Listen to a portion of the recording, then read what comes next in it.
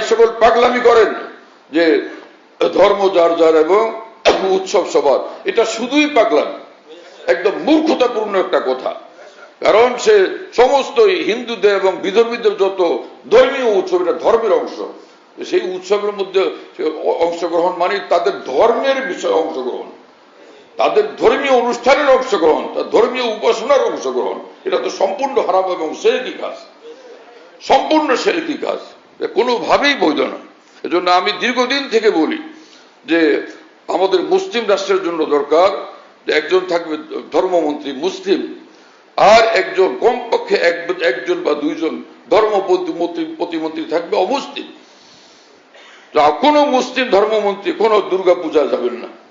আপনারা যারা রাষ্ট্রীয় মুসলিম নেতৃবৃন্দ, রাষ্ট্রীয় দায়িত্বশীল বিভিন্ন স্তরের মন্ত্রী ইত্যাদি, আপনারা কেন সেই হিন্দুদের দুর্গা পূজায় যান, বৌদ্ধদের পূজায় যান, বিধর্মীদের পূজায় যান, বিধর্মীদের উৎসবে যান? কেন, কিসের জন্য যান? আপনারা একটা বক্তব্য দিয়ে দেন। আপনাদের জন্য নাগরিক হিসাবে আপনাদের এই দেশের সম্মান মর্যাদা আমরা রক্ষা করব, আপনাদের নিরাপত্তা 100% দেব, এবং যার যার ধর্ম পালনের 100% অধিকার স্বীকৃত এই দেশে। এটা তো আপনার গণতন্ত্রের স্বীকৃত, ইসলামে তার আগে স্বীকৃত। যার যার ধর্ম সে নির্বিঘ্নে পালন করবে, কেউ কাউকে বাধা দেবে না, যারা এই দেশের একটা মুসলিম দেশের নাগরিক হয়ে থাকবে। এটার জন্য কি জানি ওটার নাম কি বলে,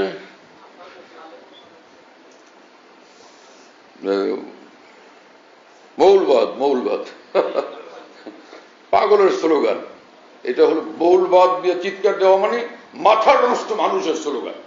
কিসের মৌলবাদ? মৌলবাদ কি জিনিস? হিন্দু ধর্ম পালন করবে, এটা কি মৌলবাদ? খ্রিস্টান ধর্ম পালন করবে, বলবে, এটা কি মৌলবাদ? মুসলমান আলেম ওলামা এবং মুসলিম জাতি, মুসলিম নেতৃবৃন্দ ইসলামের কথা বলবে, এটা কি মৌলবাদ? কোনো মৌলবাদ না। ইসলামের কথা একবার বলুক আর 1000 বার বলুক, ইসলামের কথা, এটা মৌলবাদ হবে কিসের জন্য? মৌলবাদ কোত্থেকে আসলো এখানে? এই সকল শব্দ আপনারা কেন প্রয়োগ করেন? শুধু মাথা নষ্ট হওয়ার কারণে। পাগলামি পরিত্যাগ করেন, ভদ্র মানুষ হন, দেশের সেবক হন, ভালো রাজনীতিবিদ হন, ভালো মানুষ হন এবং ভালো মুসলমান হন। দুনিয়া কামিয়াব, আখিরাত কামিয়াব। কথা একটা পাইলেই বলে নেতা হওয়ার চেষ্টা।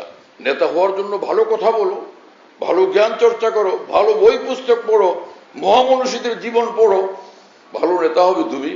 এই সকল আজে বাজে কথা উচ্চারণ কেন করো?